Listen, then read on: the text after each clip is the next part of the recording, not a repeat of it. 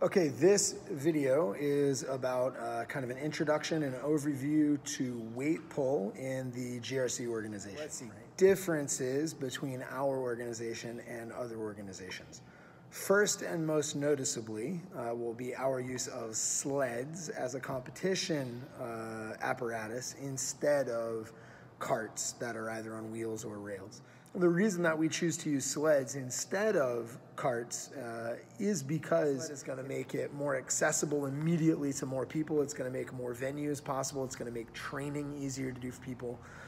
And it's also going to make it a little more acceptable by the wider audience of mainstream canine people.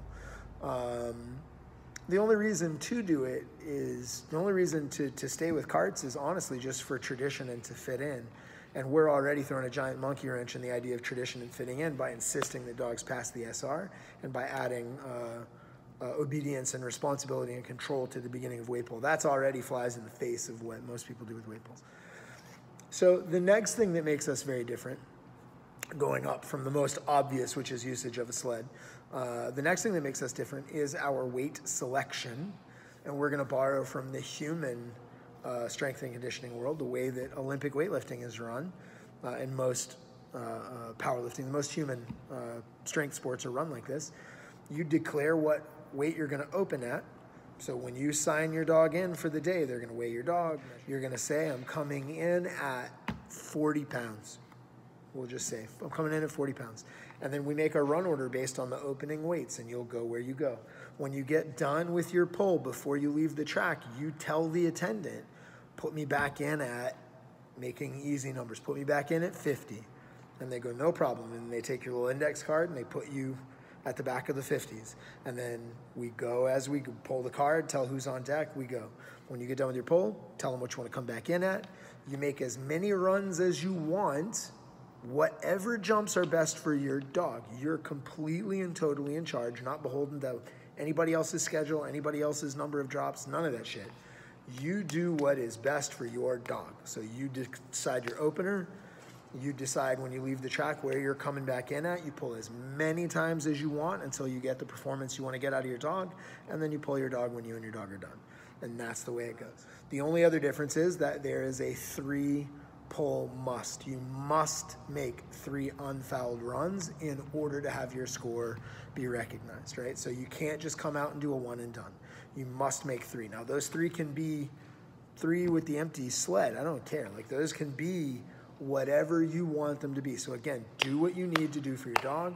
So a 3-run must, declare the weights when you start, and each time you get off the track, declare whether or not you're pulling your dog or you're coming back in. And you got to make a 3-run must to have your score be recognized.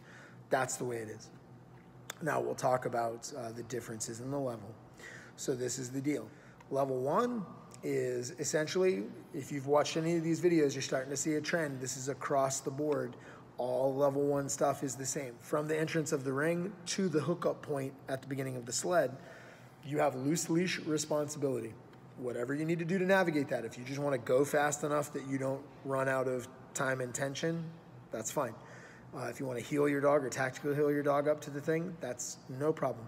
But there is no disagreeing through your collar with your dog in the sport of GRC. That is a no-no. So the SR rules for NQ or DQ apply to everything, right? So from the entry of the ring to the hookup point at the sled, loose leash responsibility, the NQ from SR standards are still in effect. If you don't know what that is, go look up SR, because you're not doing drive sports until you pass the SR anyway.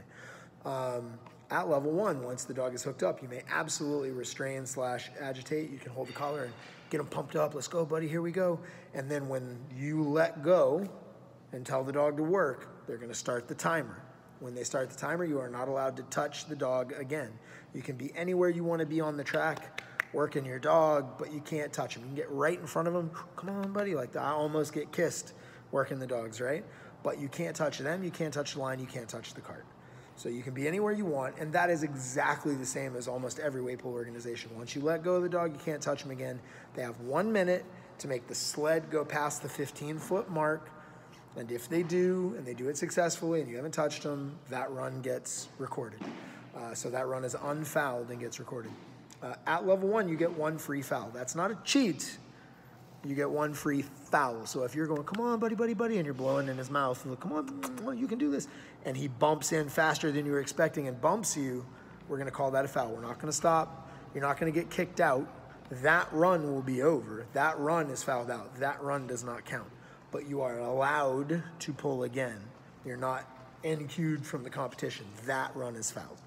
An accidental foul at this stage, at the beginning, at level 1, where everybody's learning how to do it, you get one foul, and then you get to keep going. But after that, you're done.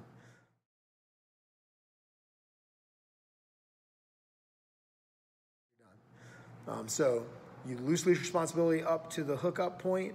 After you hook the dog, you can restrain and talk to them. Once you let them go and the pull begins, 1 minute to get the sled 15 feet. Can't touch the dog till after the sled goes past 15 feet. Once the judge tells you the pull has been completed, you can love on your dog, touch your dog, celebrate with your dog, whatever. But once you put your leash back on and they unhook the sled, to exit the ring, you're back under loose leash responsibilities. This is across the board level 1, and every sport is exactly the same. Level 2, loose leash responsibility to get to the sled, exactly the same. The difference will be that at that point, once they get set, they must stay. You can down your dog, they have to stay. You down your dog, they stay at the line of departure with no restraint. Like they're attached to the sled, but they're not pulling, they're not being restrained. You go to the halfway mark on the track and look at the judge and wait for the judge to tell you to release your dog. So the dog has to be able to tolerate that stay while you go to the halfway point, wait for the judge tells you to release your dog. Now you can release your dog to work.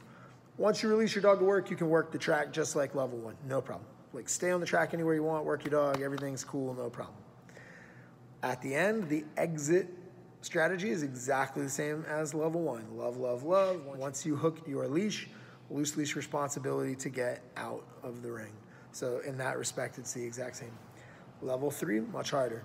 Level 3, at the entrance to the ring, you take your leash off your dog, put your dog in middle, you tactical heel your dog to the line of departure. The cart help is gonna hook the dog up, down your dog, you walk all the way to the end of the track. You get off the track. You have to stay off the track when you work your dog. So you release your dog, but now you gotta stay off the track. And so the dog has to work a little bit more independently of you while you stay back here. Now your dog is going to cross the line before the sled crosses the line, and that's okay. You have to stay, like if this is the line, you have to stay on this side of the line working your dog. But when the dog comes across the track, it's gonna feel like when you're working the regular track, you're gonna be right there. Don't touch your dog until the sled is told to you that the sled has come across the line. You will be announced when the pull is over. The judge will go, pull, to let you know the pull has been completed and you can now touch your dog. Don't touch your dog until then. You have to stay on this side of the line. When the dog crosses the line, you're still live working and you're interacting. You're not touching, but you're interacting. Once the dog crosses the line, you're still on point, right? You just have to stay on the opposite side of the finish line. So level 1, restrain your dog, no problem. Loose leash responsibility into and out of the ring. Other than that, works like a normal pull. Level 2, same entrance strategy. The dog has to stay at the line. You have to go to the halfway point, release the dog, then you can work the track. Loose leash responsibility out. Level 3, tactical heel from the ring entrance to the hookup. Down at the hookup, you exit the end of the track. You stay across the finish line and work from there until the pull is complete. Then, same thing, love, love, love, everything's cool. Judge is gonna tell you to exit, flip your dog to the middle, tactical heel them out of the ring, attach the leash at the exit point of the ring. So those are the basic ideas. That's the 101 for weight pull, how we're slightly different than other organizations, how the levels work in our organization.